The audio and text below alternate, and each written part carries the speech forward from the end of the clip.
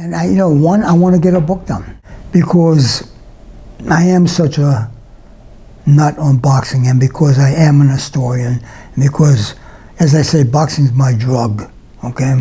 I don't smoke, I don't drink. Boxing is my drug. I would like to do like, Teddy Alice did this. It's been done before, Burt Sugar. I don't think anyone can do a better one. Rating the fighters the greatest heavyweights, every division, okay? The hardest punchers, the greatest nicknames. I mean, I've got lists. When I tell people, and Floyd Mayweather's real good. When I tell people Ike Williams would knock out Floyd, who's Ike Williams? All right, Bob Montgomery, Bo Jack would beat him. Ray Robinson told me the greatest boxer ever he saw was Tippy Larkin. All right, Tippy would beat him. All right, and I named Henry Armstrong. Forget about him. Would run him out of the ring. And now who? And I really would like to get this book. I don't think I'm good for more than 30 more years. All right. I think so, man. So the Dorian Gray. I tell people, I've gone to the doctor. The doctor doesn't give me more than 30 more years. I can't believe I'm going to make it to 70. But I really got to get this done. Two of the classiest things with really top people that ever happened to me. All right. One, I get a call. I'm at the Trop. I get a call from Trump. All right. He said, Don. He said, I want to honor Muhammad Ali. He said, can you get him for me? And Ali lived in Cherry Hill, New Jersey then, and I had a great relationship with him, great relationship. So I said, pardon me, I said, yeah, I'm sure I called. And he said, I'll give a donation to his favorite charity, $25,000. And I called him, and he said, yeah. So we set it up. It was on a Saturday, and we were in the entertainment room, ballroom, and there's a stage, and there's one table, and the place is packed, 1,500 people in the auditorium, packed, all right? There's 3 chairs, all right? And on the stage is Ali, Trump, and myself. It's about time to sit down. I'm the first one that goes over, and I grab the seat on the right, all right? Trump in the middle, Ali on the left. Trump comes up to me, he says, Don, get in the middle. Sit in the middle. I said, what do you mean? He says, sit in the middle. I said, Don, what are you talking about? I said, this is your, what do you mean? He said, I asked you to get Muhammad Ali. You did. I would like you in the middle. I have a picture, which, boy, I'm looking for. Me in the middle, Trump on my right, Ali on my left. Wow. Yeah. Isn't that something? Yeah. And the other one is, does the name Ash Resnick mean anything to you? And Ash Resnick ran Caesar's Palace in Vegas. And Ash was something else, all right? And I was lucky enough through a couple of people to, when I was 20 years old, I went out to Caesar for the first time. And again, I was in boxing. They treated me like a king, forget about it. And I had a great relationship with Ash. And Sinatra's coming to Civic Arena in Pittsburgh. Ash calls me, he said, and I'm promoting in Pittsburgh. He said, Sinatra's coming. It was on a Saturday, I remember that. He said, I'm flying out, I got 2 tickets in the first row, all right? He said, we're gonna go see him, then afterwards I'll introduce you to Frank. We're going to a place called the Wynn Place and Show. And I knew those guys well, it was a bar. And they were big fight fans, and they were gamblers. And I said, hey, I know them. He said, that's where we're going. He called me, I don't know, 3-4 weeks before. Day of the show, he calls me, he says, I can't make it. He said, what you do? He said, right after the show, go to the Wynn Place and Show, all right? Now, I don't know, I'm sure you don't know this, but Sinatra, when he appeared any place, casinos, concerts, any place, you know he got a standing ovation like you can't believe. He never came back for his curtain call. Never. What he did, why people are pretend, he's out, he's in a limo, he's on his way. Like, he's gone. And I knew this. So Ash calls me the day of the show. I can't make it, all right? So just go over there. So, you know, while people are cheering, I'm going out and get my car, go over to one place and show. And, you know, they know me, I'm in. Now, I'm not the type of guy that can walk up to a, I'm just not, my name's Don Elbaum, that's just not me. So I'm at the bar, I knew the bartender had been there. I'm there, I don't know, 10 minutes or so. There's a tap on my shoulder, and I turn around. He said, I don't think we met. I said, Mr. Sinatra? He says, no, call me Frank. And it was funny. I said, Mr. Sinatra? He said, call me Frank.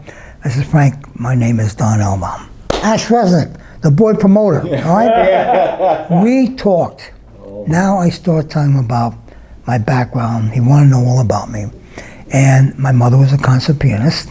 She played with the Cincinnati Philharmonic, the Erie Philharmonic. And I told her I started playing piano. I said, my mother plays the classics, and she plays all your music, all right? And I said, Frank, one of the greatest thrills ever is, you know, if you're anywhere, to get heard is see you. And now in those days, they did not have these things. I was only 3 years old then, but they didn't have these things. So, and he said, Don, call her. And they had phones behind the bar, all right? So, you know, I went, picked up the phone, I called my mother. I said, Mom, you're not going to believe who I'm, well, no, she knew where I went. She said, you're not going to believe who I'm with. I said, with Mr. Sinatra, okay, with Frank Sinatra. And he would like to say hello. They talked for 20 minutes. My God. Wow. And oh my God. And when he got done, he said, what a fantastic mother you have. He said, you got to be proud. They talked for 20 minutes. Wow. Right? And that's like, wow, you know? So anyway, my dad was dress manufacturing, he manufactured shirts. And they were silk shirts. He had a company called Fashion Frocks. And the war came, the Second World War came. And he couldn't get the silk or whatever was needed. And he came to Erie and went into the hearing aid business, all right, Beltone. And by the way, became, I don't know how many years, the #1 Beltone salesman in the country. And he used to speak it all the time. My dad was an incredible speaker. And he used to speak it, and by the way, he's the only person God ever created that could name every state. I think there were 49 states, and every state within 30 seconds in alphabetical order. Okay. And this is before Alaska. It was Alabama, whatever it was. And anyway, that's my dad. They wanted to run for mayor, which he didn't. I mean, he was a special guy. He was a special guy. She played for the Philharmonic, and no, she didn't get paid. I mean, she didn't get paid, but she could play. I mean, she played 2, 3, 4 hours a day, every day. I mean, she just didn't. And I sat down at the piano when I was 4 years old, and just started playing because I just sat down. You know? And I was considered I got stories someplace, a child prodigy. All right? And again, my mother grew up in New Bedford and Fall River, Mass. My uncle Danny Greenstein, my mother's side, my mother's family owned meat markets in New Bedford, Fall River, and Boston. And my uncle was a big fight fan. He was an amateur fighter, never lost a fight. Al Weil wanted him to turn pro. He said, no, I don't want. He never fought pro. I'm 7 years old. He takes me to my first fight.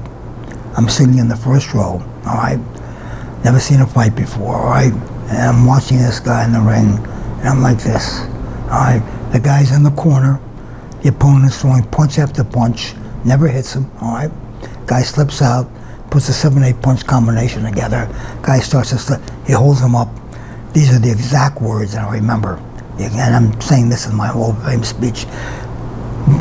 I turned to my uncle and said, this is the most beautiful music I have ever seen. That's what I want to do, all right? Changed my, it was Willie Pep. It was Willie Pep. And that just changed everything, all right? And everyone thought it was, just a a quirk. The quirk's still going. And I read someplace where you actually started writing for the Erie Times. I wrote for the Cleveland Plain Dealer. I wrote for the Buffalo Courier. And Frank Hyde Sure. Oh, yeah. of Jamestown, I wrote some stuff with him. And the Pittsburgh Post Gazette predicting the Friday night fights. And I mean, you know, I was calling upset. When I picked Ingemar Johansson to knock out Peterson, I got calls from all over the country. Right? Yeah. And you know, there was quite a few. I've got a thing on styles. I study fights. I studied. And just this fight that just took place. Yeah. And I got calls galore prior to the fight. All right. And I said, Ruiz is going to get beat, but if he goes into the 8th round, there's going to be a new heavyweight champion. I said, I'm telling you, Ruiz is as tough as they come. He is as rough and tough, and I don't know if, what's his name is going to be able to stand up to it. I said, Joshua's going to have to get him out of there early. I said, but I really think this guy can. I said, no, I like Joshua. I like Joshua to knock him out, but I'm telling you, and I got 2 calls from Vegas. All right, who do I like? I told, I said, and at that, when they called me, it was 21. I said, you got to take 21. This guy's got a shot. This is not a. I said, if this guy doesn't get blown out early, he's got a shot. All right, and for 21, I said, you put down 500, and neither guy did it. Neither guy did it. They were cussing like that they didn't do it. Yeah, well, I understand, since whatever age, I'm buying Ring magazine, all right? And the newspapers then, all right, had the fight results from every place. And I knew every fighter. It just, I just knew every fighter. And I knew every fighter, and, and I want to start doing a fight. And Joe Tavell versus Emo Britko was fight number 1. And we're in Erie? In Erie, Pennsylvania. And Joe Tavell and Emo Britko was the first fight. And where was that at? Where did you stage him? I put that one, holy shit, I put that one, did I? No, there was an auditorium there. No, it wasn't Gannon. There was an Erie auditorium that I put that in. And, and it was an incredible fight. And the press was fantastic, and, and must have worked. it did. It hadn't stopped. And Was Erie No. boxing? No. It became boxing when I got the Bizzaros going. One of them started boxing, all right? And every Sunday, I said, Johnny, you got talent, and we're going to turn pro. I think I had him in 2 amateur fights, 3 amateur fights. And we're going to turn pro, and I think we can build you up. And this was after the Britko fight, Tavell. And I was running fights, all right? And his mother demanded, old Italian family demanded I come over Sunday to eat food with him, all right? All right, now I like pasta, all right? I like pasta. And she's a great cook. But this was every Sunday. Let me get this straight. Every Sunday, all right? I'd come over, I'd eat. Now this happened the first 2 or 3 times. And I'd eat it, I don't eat bread, very seldom eat bread. I'd just take a little for the sauce, all right? And I'd finish, and she'd bring me a second out. I said, no, I eat it. She'd bring me, I said, I can't, all right? And every week, it's 2 or 3 plates. I said, I can't, I'm full. No. I'm in the older thing. No, I'm gaining weight. And I'm working out there, and I'm running. I said, I can't. But every Sunday was at least two big, and I mean, not that it wasn't delicious. And that's where it started. And then they all came along and built them up. And fact is, in my speech in the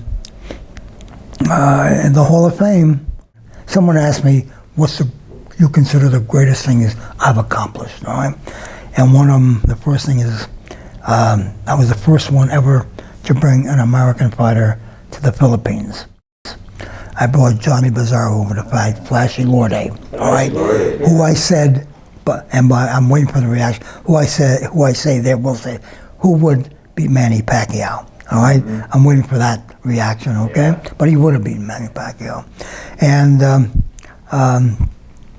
and from there, the fight was held at Arenado Coliseum, and I'm not going to go through all of this in the speech, but part of it.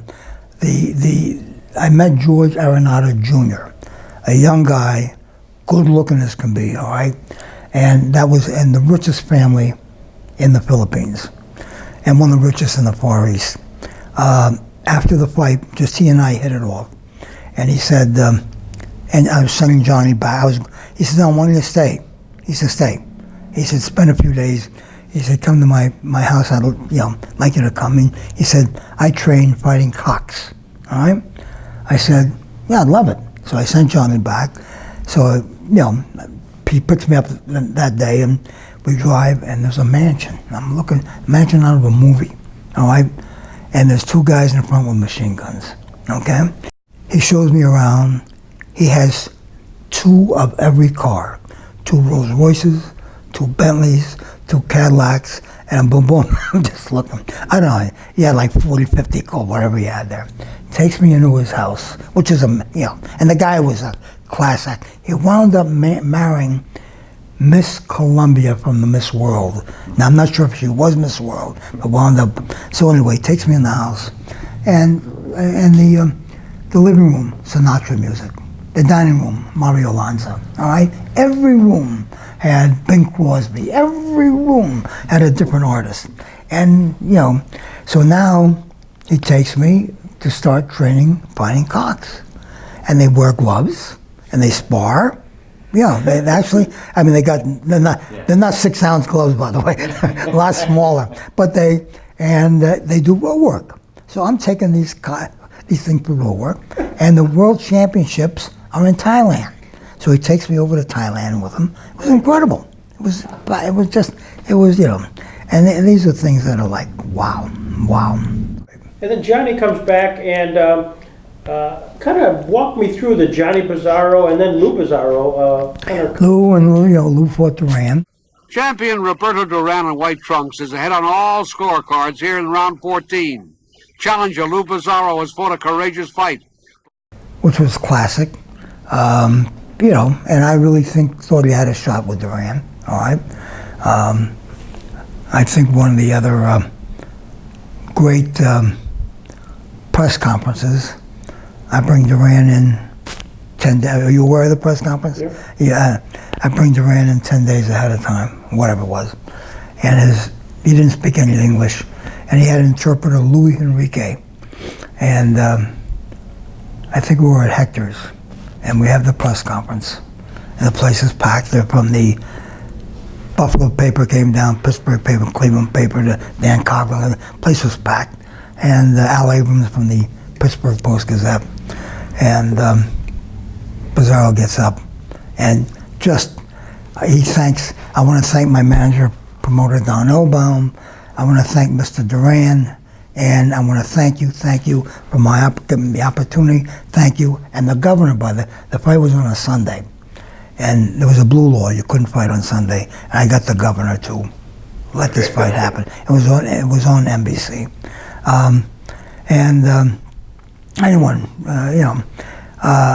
And I'm shaking my head. This is not what, thank you. Please, just too nice, all right? Don't stare down. Like a Sunday school teacher. And Duran's looking at him, all right? And then Duran gets up, says 10 words in Spanish, and sits down. And Louis Enrique was tall and slim and shaking his head. So Al Abrams said, what did he say? I'm going to send him home in an ambulance. He's the one, when he knocked out Ray Lampkin and put him in the hospital, and Lampkin was in bad shape. So, of course, the writers come to him when he's, they get him out of the operating room and everything. And this, one of Duran's great lines. And he asked Lampkin, Lampkin says, hey, I want to fight him again, all right? So they go to Duran, and they said, Lampkin wants to fight you again. What do you think? He said, next time I'll kill him. The greatest fight I ever did with a Bizzaro was the most heated rivalry, one of the great rivalries in boxing history, which took place in Erie with Bizzaro and Gene Turan.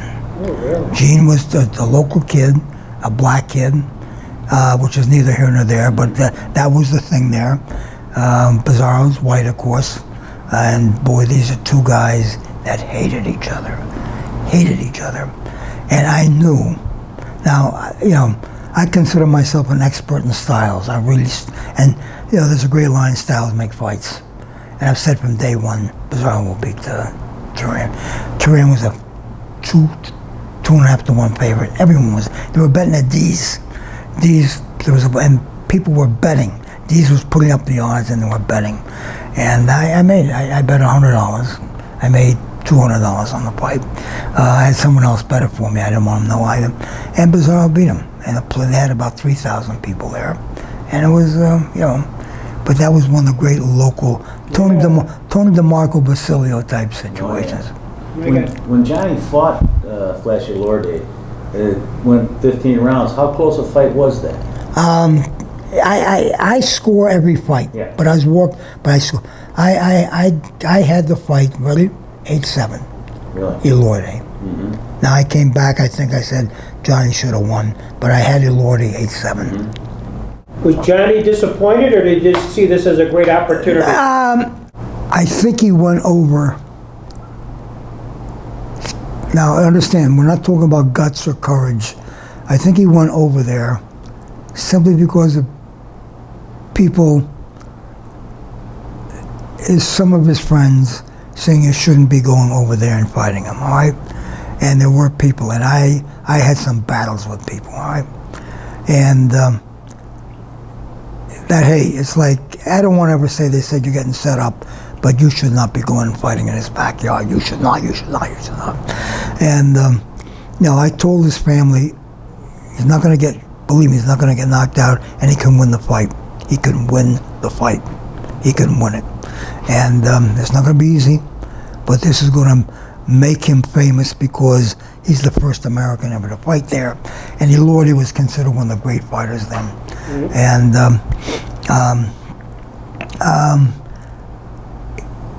it's a great question. At this point, just going back on it, I really think he went over, not, again, emphasize it, no way being afraid, but hey, I'm the opponent. Not that's the words he would put in his mouth, in his head rather. And I was in the corner, I said, you can win this fight, you can win it. And listen, the papers, they were incredible, and we talked about a return fight, which never happened. And, it didn't happen, and it didn't happen because Lope Soriel, the manager and the promoter, Lope, by the way, was, in the Second World War, was one of the Filipino guerrillas that came out of the mountains and killed Japanese and went back in the mountains. There was a famous, group during the Second World War, and he was a legend there and a hero there, a real hero. And I get to meet, I think it was Batista, was he the president then? I had dinner with him. It was like, wow. It was incredible. Now, did Johnny's career after that, did it sort of level off at that? Yeah, I mean, that was the highlight. But he had the fights with, that was Tommy Tibbs. During the first 4 rounds, champion Ortiz in dark trunks built up a slight lead in the scoring. Here in round 5, Bizzaro in white is trying to find a way to score against this brilliant boxing master, Carlos Ortiz. The champion misses with a swooping left. Bizzaro pours it on and then ties up Ortiz. The bell ends round 5. Ortiz continued to box smartly and won round 6 through 12. challenger Bizzaro realizes his only hope is to knock out the champion. But wisely, the referee steps in and stops the fight to prevent the challenger from receiving further punishment. Carlos Ortiz defends his lightweight crown by stopping a game and courageous Johnny Bizzaro in Pittsburgh. But let me tell you something. The Bizzaros today, Johnny, Louis, I think would definitely be world champions in one of the 99 organizations, right? Which is a disgrace, by the way. It's a disgrace. I went to Pittsburgh. Believe it or not, Art Rooney backed me. All right, and I came in there and became, friends with through people I knew, and Rooney got me a suite at the Pittsburgh, the hotel in Pittsburgh. Fort Pitt Hotel? I think it was a Fort Pitt. Yeah. Rooney had his offices there. Yeah.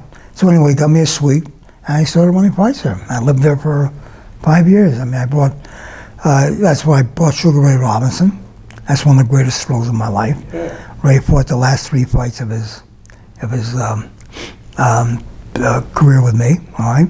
And, he is, I've got 3 heroes. I mean, one my father, one my Uncle Danny, who took me on my fight, and the other Sugar Ray Robinson. I met Robinson when I was 13 years old in Stillman's gym in New York. And I walked up to him, all right? And I said, Mr. Robinson, my name is Don Elbaum. He didn't know what. It was jumping rope, and it was the minute rest. And I just finished him, and I said, I write for Ring Magazine. He said, how old are you? I said, I'm 13. And you're my idol, all right? And I knew so much about, he said, how old are you? He gave me his phone number.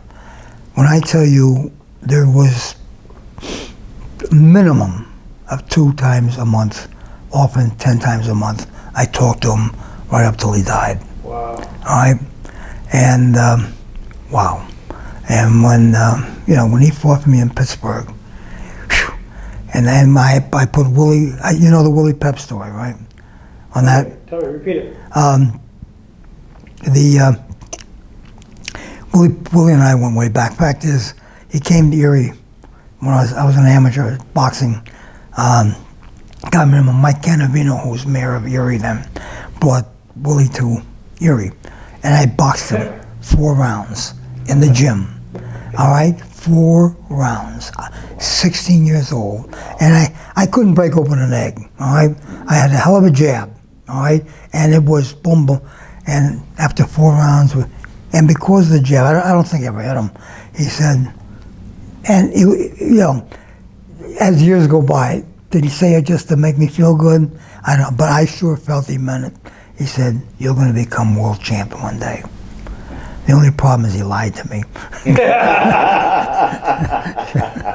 So, but I got Ray Robinson fighting in this to me is Johnstown, Pennsylvania, and I built this up. That Robinson coming to John is the biggest thing since the Johnstown flood.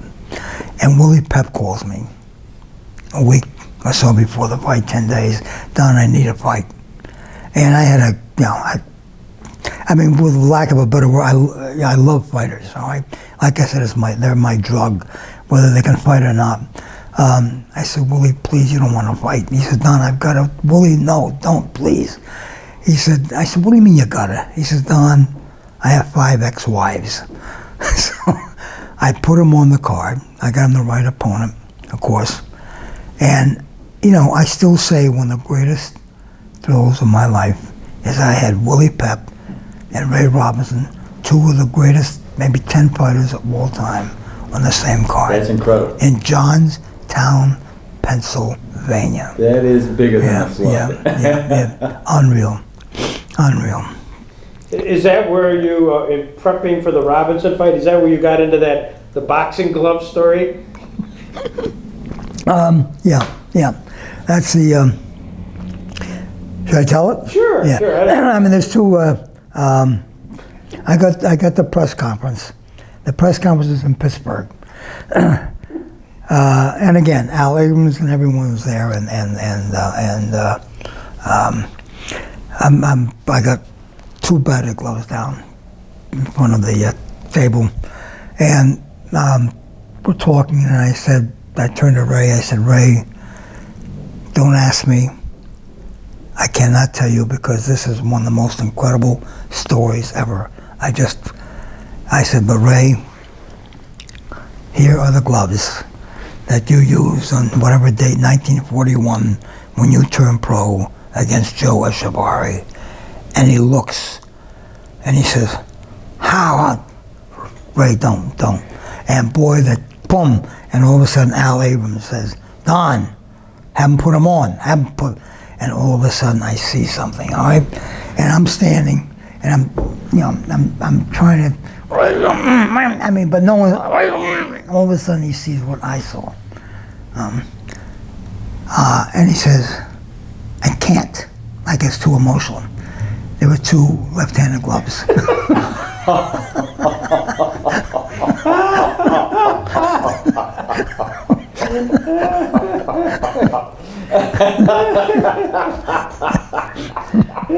Oh man! And the other one. You know the MF one? No. Huh? I started Don King out, all right? And I thought he was, when I met him, I met him when he called me. I was in Buffalo, New York, without going all that. I went up to starting to put a fight together, the Buffalo Auditorium, and I got a call, and from this politician, anyway, a local politician who used to come to my fights, and he said, Don, there's someone that wants to say hello to you. His name is Don King. All right, I'm in Buffalo, all right? This is exact.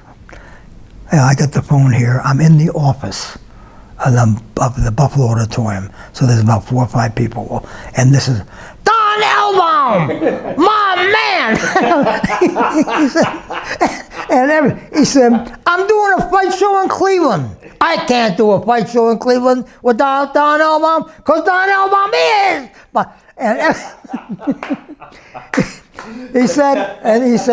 He said, there's a black hospital going under. You don't want it to go under, do you?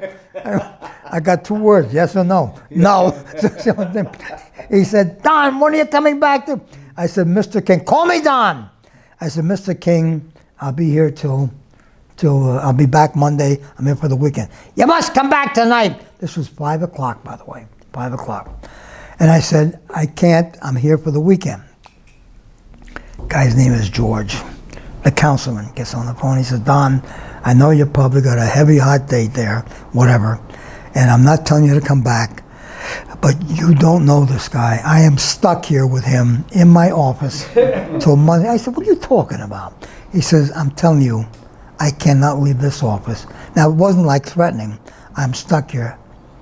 11 o'clock at night, I'm back in the office, and that's how it's. Now, we're getting this thing put together, and I had a suite at the hotel for where we're doing the show, all right, across from the Cleveland Arena. And so I've got a suite, and Don comes up. It's on a Sunday, and he comes in with a couple, the Reverend Smith, whatever it was, and his wife, Miss Smith. Reverend Smith, my pleasure. Now, I got a couch over there, all right, next to Euclid Avenue. I'm standing over there by a table. Don's standing over by another table near the door. And Don's favorite word at that time was motherfucker, okay? Every word was motherfucker. Which, by that time, I was used to it. I never swear. I never swear, all right? And I'm looking at motherfucker this one. And I'm looking at this couple. And they are uneasy, okay? Mm-hmm. And the Reverend grabs his wife's hand, said, Don, can I see you for a moment, please? And Don said, sure. So they go out in the hall, come back a few minutes later, all right? And husband walks over, the Reverend nods to his wife. Don comes back, stands where he's still, and he's looking at the couple. He said, we blacks, we have nothing. They don't credit us with doing anything there's nothing that belongs to us. Nothing we've invented, nothing we've done, nothing. There's only one thing that belongs to us, that comes from us. And that word is motherfucker. I'm looking at him. He said, this is ours. They can't take this from us, ever. This is our words, motherfucker. He said, every black man, woman, and child should walk down Euclid Avenue and say, motherfucker. And what he goes on for this, like for 10 minutes. And as mesmerizing as he is, all right? And then just like the actor is, going through, and then he stops, he says, now, let me hear you say it. They hold their hands, they stand up together, and together they said, motherfucker! He said, right on! Anyway. How did you come up with Only in America? Only in America, as I said, is the country where you can get an opportunity to do what you do in spite of. Only in America. And you want to know where that came from? Yeah. You're looking at the guy, all right? I'm mesmerized by the guy. I mean, this guy used to say, Don, here's 5,000. Never, hey, just, I don't even want to tell how much money he's put in my pocket. I mean, it was incredible then, all right? And I'm really, I said, Don, you're going to become one of the biggest promoters ever. Maybe the biggest ever this world. I didn't say country, this world has ever seen. I mean, the guy was amazing. And we're walking down Euclid Avenue, and I said, I'm taking you to New York. He said, what do you mean? I said, no, I'm taking you to New York. I'm introducing you to Teddy Brunner, Madison Square Garden. I'm going to introduce you to Harry Marks and the President. I'm going to take you up to the New York Mirror and meet Dick Young, all right? And there were a couple of other people. I said, you're going to meet. He said, what are you talking about? I said, look, I'm going to introduce you. And he said, Don, I'm black. And boy, this was his dead serious. He said, you understand something? I'm black. All right. He said, no, stop it. I'm not doing this. I said, what'd you say to me? And he said, I'm black. And I'll give you how I was brought up. And I looked at him and I put my finger right. I said, don't ever, ever say that to me again. I said, don't ever. This is America, and I am taking you to New York. And it was like dead silence. And he looked down at me, he said, maybe only in America. And that's where it started. Wow. And that's where it started. Wow. We're together. We're together. And Jimmy Carter's running for president. Carter needs the black and the Jewish vote. Just all the papers. And we're walking down Euclid Avenue one day. He's talking to Carter 2-3 times a day. We're walking down Euclid Avenue, and the phone rings. And, Don gets off and says, Jimmy, and Carter, all right? And he said, Jimmy, I want you to meet my partner, Don Elbaum. I want you to say hello to my partner, Don Elbaum. Never. I said, Mr. President. And Carter says, Don's told me all about you. He said, what a pleasure. I said, Mr. President, I said, you cannot believe what this man is. He says, I know he is. I said, he is nonstop. And we talked for 2 or 3 minutes, and that was it, and turned it back. Carter becomes president. King calls a press conference. Now, everyone knew he was doing everything. Forget the boxing, but he was doing everything to get Carter. And we I think it was the Sheraton Hotel again, across from the Civic, the Cleveland Arena. The Cleveland News, the 2 Cleveland papers came. The Columbus paper came, Cincinnati Enquirer came, Youngstown Journal came, the Pittsburgh Post-Gazette and the press came. All the TV came, everything, all right? Places jammed. Carter became president, all right? To hear him, all right? To hear Don. And Don was really a powerhouse then. And the greatest part is, not only did he take credit for getting the black vote, he took credit for getting the Jewish vote. So there would be no Don King in boxing if it wasn't for me. I mean, he came to me I want to bring Muhammad Ali here to save this black hospital. And that was it. And he's often said, you know, if you hadn't done it, you know, never would have done the show or anything. And, you know, that started it. And then the next fight was with Ted Gulick and I think it was Ted Gulick and Dick Wagner. Billy Wagner out of Cleveland. And, you know, it's been a hell of a run, man. Well, you and Don haven't always seen eye to eye. No. I sat down with him once because the thing is, I said, why are you taking money from people? Why are you screwing people like this? I said, you don't need it. And he just never thought he was doing it. I said, Don, you can't do this to people. You can't do this to them. I said, this is wrong. And I walked away from him. I said, I won't be associated with you anymore. I will not. Now, we talk not all the time. He's pretty much retired. He's in Florida now. And I talk to him. And every once in a while, I call him and, you know, we talk maybe once a month. And, you know, relationship is great. I was at his Hall of Fame. I don't want him to come up to this one. I'll tell you that. I don't think he's going to show up. He's not that well. He is not that well. Yeah. He's not that well. You sued him. Yeah. Yeah. I sued him. Yeah, I sued him. For $3 million, and he gave me $1.5 million in cash. I don't have it. Was that the Tubbs fight? Tubbs fight. And I sued him over Aaron Pryor, and he gave me $300,000. I sued him twice. I won both times. No, we didn't go to court because I mean, I would take him to court in a heartbeat, man.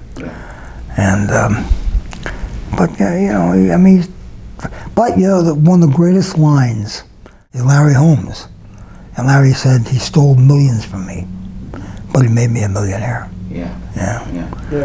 And Timmy Witherspoon. But the amazing thing is all these fighters still swear by him. You know who bet $20,000 on him?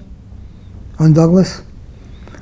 He said this, I can't remember the situation, a year or two after the event. He said, oh, by the way, I bet $20,000 and I won $800,000. Guy by the name of Donald Trump. Claimed he bet, yeah. You look for it, you'll find he claimed he bet $20,000. No, he didn't claim after the fight. Claimed, I don't know, a year later with whatever.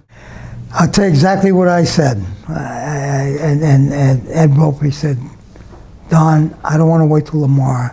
What's going through your mind? I said, Ed, it's like I'm the heavyweight champion of the world. I can't make it any stronger. It's one of the greatest ever, man. It's like, wow. Was there some nominator? Do you know the person? Well, the stories I've heard, and I'm telling you this, I've heard, I mean, someone said for at least 10 years, there's people that want to be nominated. There's one person on the nominating committee that does not like me at all right? And did everything they could to keep me out. And from what I understand, there was a group, one of which, without question, was Russell Peltz.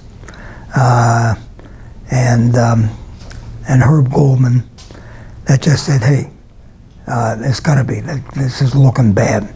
And, you know, I hear, I mean, Ted Yallis is one of my closest friends, but someone told me that I got more votes than anyone with this one.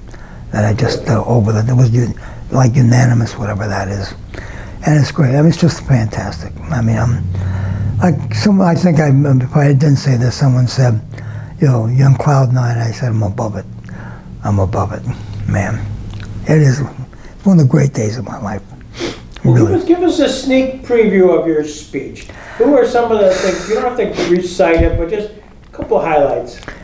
Well, no, I mean, just the phone call, and I was going to just say some of the greatest, well, 30-some years ago, this is the way I'm starting out.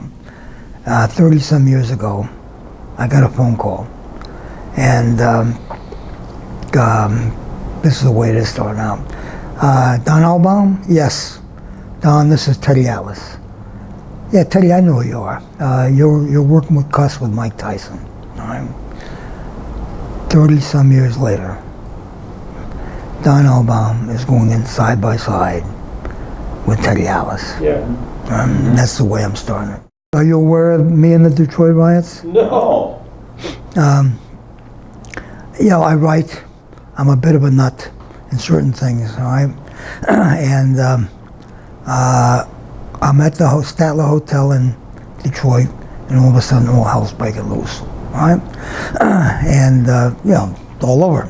They're burning down, and there's riots and fighting and shooting. And Ronnie Harris, out of Detroit, gold medal, all right?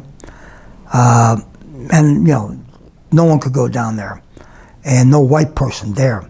And I called Ronnie, I said, and I did a little bit of writing, and it was, you know, I called Newsweek magazine up, at someone I knew. I said, yeah, and I said, look, I'm in Detroit, at a fight coming up. What if I go in the middle of the riots and get your story? Get it, you're hired, all right? And I called Ronnie Harris up. I said, Ronnie, I want to go into the, down. He said, well, you're nuts. He said, Don, you're white. I said, do me a favor. Put 3 black guys, take 3 of your friends, put in the back seat. You're in the front, and put me in the front. I said, whatever I get, I'll split with you. And I'll have you in there. Picks me up, all right? And the whole place is burning, and the robbing and everything, and they're shooting. And it was amazing. And it was really funny when you look back on it. The cars were coming filled with blacks. So all of a sudden they see this white guy with 4 blacks. And the big thing then was right on, okay? So my window was down, and the blacks were seeing, I figured they all had guns. I put my fist up, right on! They come up, right on! Okay. So I was one of them.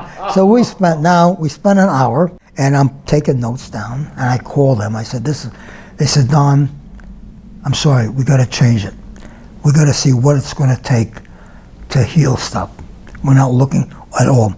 Now, all of a sudden, a guy comes from Ebony, a black photographer comes from Ebony. And I didn't know. Well, he said, are you Don Elbaum? I said, yeah. He said, look, he introduced himself, and I can't remember his name. He said, I heard you're the one guy. He said, no one will take me downtown. He said, I got a car, all right? And he said, you know, I said, let's go, all right? Now, the snipers were all shooting at white, all right? Now, we'll get out of the car, and I said, let me make this clear to you. I'm standing side by side with you, all right?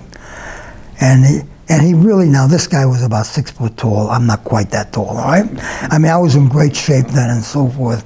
I was still working, and I said, if they shoot, they're shooting both of us. And he started getting nervous, all right? Sure, now he's got a camera and all of that.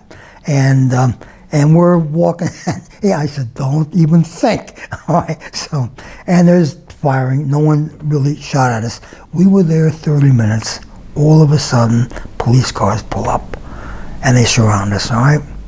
And they claim, out of nowhere, I'm the white sniper. Well, white sniper, okay? And they arrest us both, okay?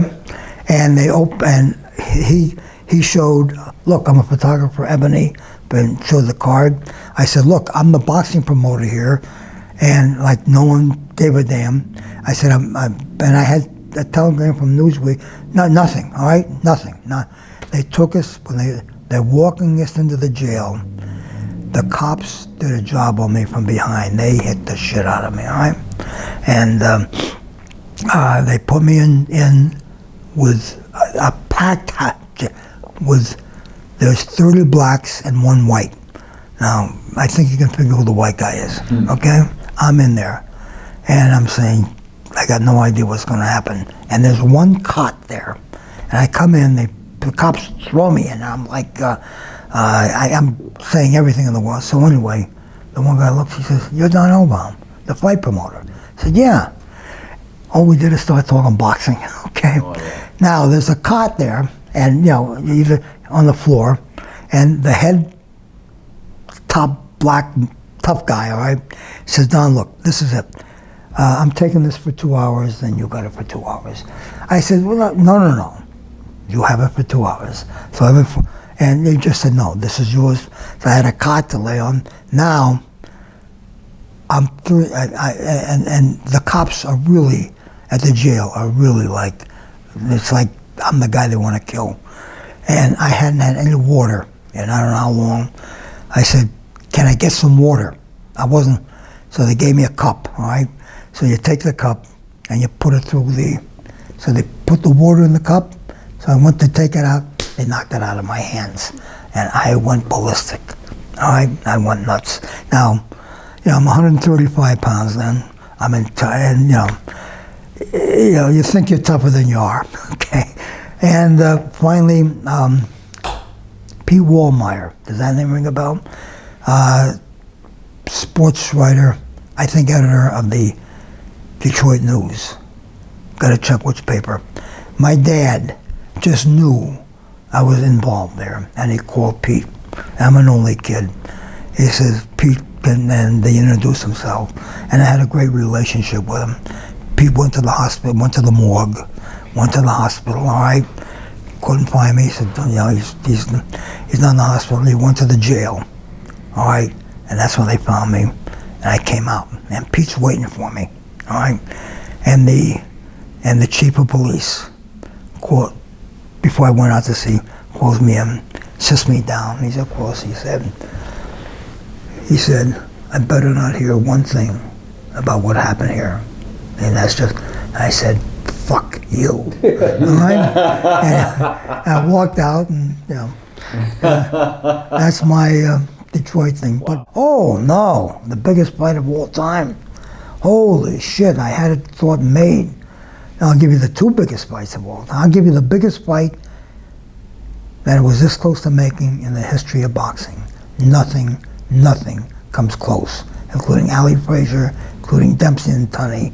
Nothing. Okay, I'll say that for a second. Wow. All right, nothing.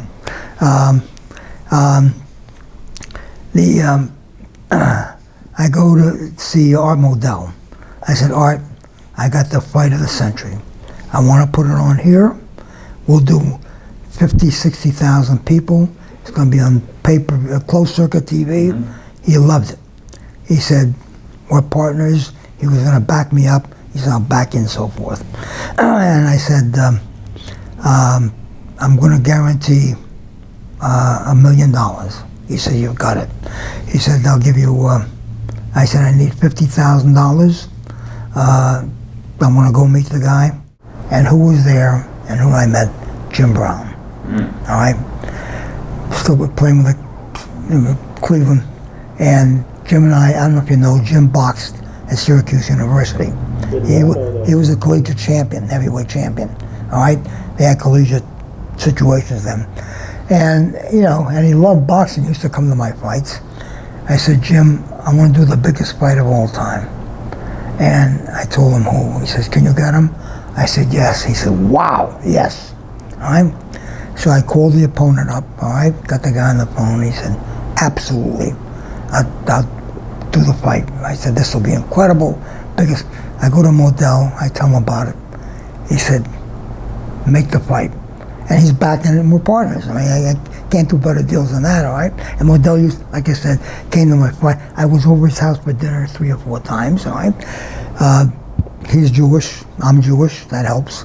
And I went up, talked to the guy, and, got the fight. And now signing the contract. So Jim said, get the other guy to sign. And the other guy said, no, get Jim to sign. And so I said, wait a minute. I said, this is ridiculous. I said, I'm going to bring the other guy in, and we'll sign here. And yeah, absolutely, give him the money. So I went to Art. I said, Art, bring him in. We're going to do this incredible. He's done. I changed my mind. You can't do the fight. He said, what if something happens to Jim? I said, Art, this is the biggest event. This is history. No, Will Chamberlain. Yes, I remember that. Jim Brown and I Will remember that. Wow. Yeah. Jim Brown and Will Chamberlain. Yeah. Son of a gun. Wow. That's a promotion. How did that happen? Was there just a boxers failed to show up in the? No, I've done that. No, I've done that when I started promoting. But again, my dream was to be world champion, and the reason I didn't is I lost 3 fights in a row, and I figured, and 2 of them were real good fighters, but I figured if I can't beat them, I said I'm not going to make it, And I mean, like every kid's got a dream. My dream was, I used to say this, and I can't tell you, and I would never say it to my family, but I said to my mother and father, but I was so obsessed with it, this game, and such a love. When I say obsessed, I love for it. Then I said, if I could become lightweight champ of the world and just hold that title for 1 week and then die, all right, my dream would be, all right? Now that I'm getting close to 40, the first in years Wild West show, Wild Bill, okay?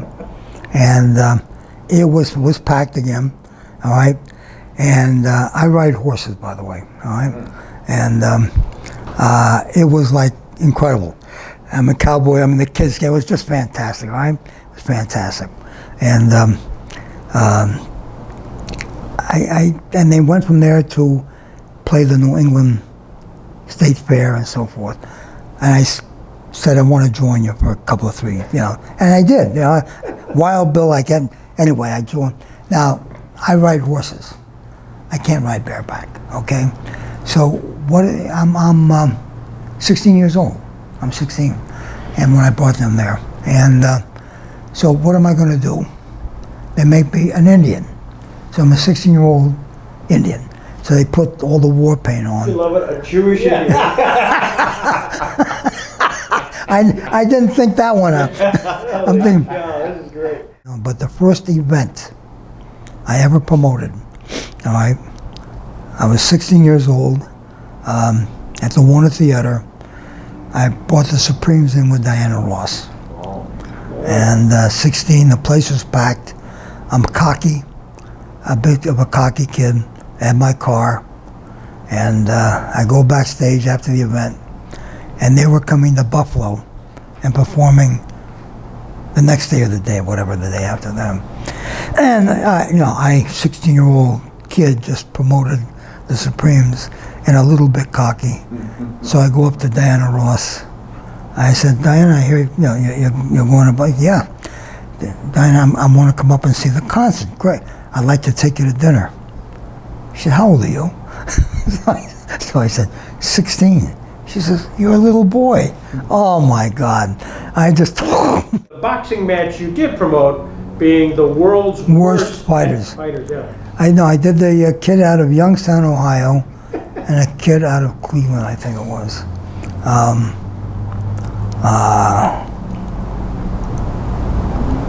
Hold on, one kid's name was Smith, and the fight took place in Youngstown. And I just built the battle between the 2 world's worst fighters, and I had them both sign a contract.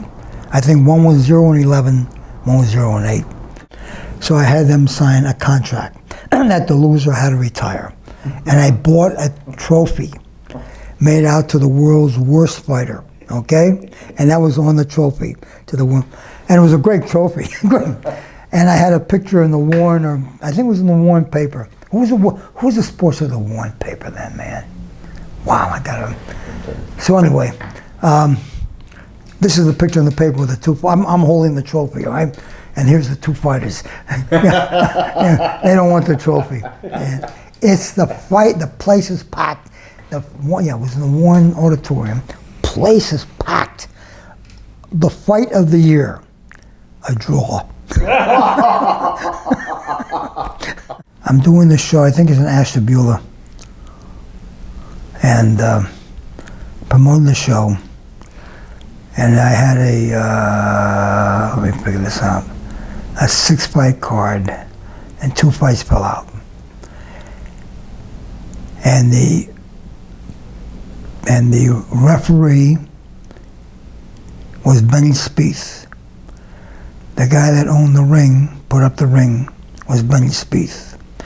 At that time, the state of Ohio didn't have a state commission. Every county had its own commission. The commissioner was Benny Spieth. All right? And did I tell you he was a referee also? Yeah. I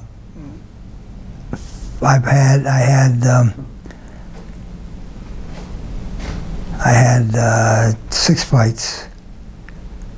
2 fell out at the weigh-in. The weigh-ins then were the 12 o'clock the day of the fight. And 2 fights. One was a 26-pounder. The other was 75. I'm 135 pounds. I was in shape, good shape. And Benny says, you got to have at least one more fight. I said, Benny, I'll fight. I said, yeah, I'll fight. All right, so I'm 35. The guy, 126, was 1-0, fast as hell. The other guy, supposedly never had an amateur fight, been in the gym a while, tough, 175 pounds. All right? I said, Benny, I'll fight him. I said, hey, I'm in shape. I've had, X amount of boom, I'll fight him. And, and there was no big thing about weight then. Weight was not a, like they do today. So, we got in the corner. I mean, in the center of the ring gives the instructions. And I fight like hell. And the fight is a draw. And who's the fighter? Joe Bird, whose son, Chris Bird, became heavyweight champion. And that was Joe Bird fought pro. That was Joe Bird's first fight. Joe Bird's first fight. Wow.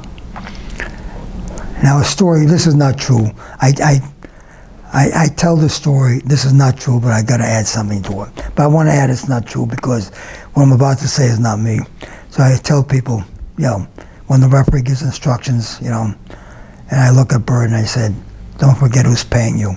But I didn't really say that. You were in a movie. Don Elbaum portrayed himself in an HBO-produced movie about King's life. Yep. Elbaum plays Elbaum. Yep. What was that like? Well, it was fantastic. Ving Rhames, who by the way is trying to come out to this, Ving Rhames played Don King, and we had a great relationship, and it was great. Is that kind of weird?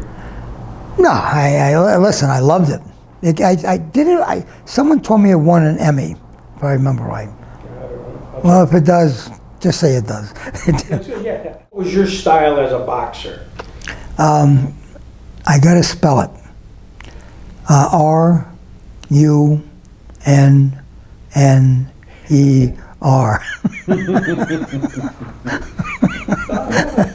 Ali took your style for a while. I had 40 amateur fights and 10 pro.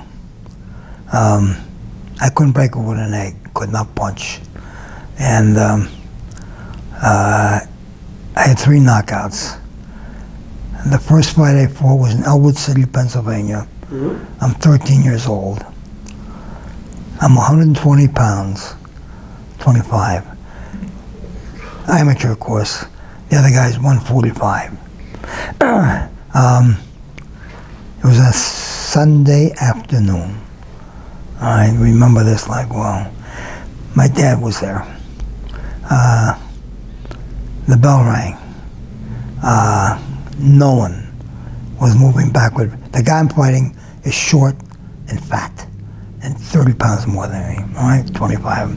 And he's just lumping toward me, okay? And I'm running, I'm throwing the jab and he's over there, okay? And in the gym, I was standing with guys and fighting and so forth, all right? And I'm boom, and I'm running. By the way, I had 40, I've got 3 knockouts. These are my 3 knockouts, all right? I'm going to tell you about historic knockouts. I'm running like hell, all right? And the guy in my corner was a guy named Frankie Schwartz. Frankie was the trainer in Erie at that time, all right? And this is the guy that was training me. And by the way, my father never swore, never. And you ever swore around my father, you said damn, he would say, do not embarrass the people around you. So you got around my dad, you just, no one swore, all right? So there I am in the first round, and I'm running like hell, all right? I come back to the corner, and Frankie says, Don, hey, stop, throw punches, you can't miss, you hear me? Yeah, okay. Bell rings for the second round, and I'm going faster backwards than the first. All right? All of a sudden, I hear, God damn it! No one. I think I stopped out of fear. I stopped. This guy's coming forward. All right. I think I closed my eyes. I threw my wham. All right. All of a sudden, ugh! He threw up. Winner by knockout. So now all of a sudden, I'm the hardest punching guy in boxing.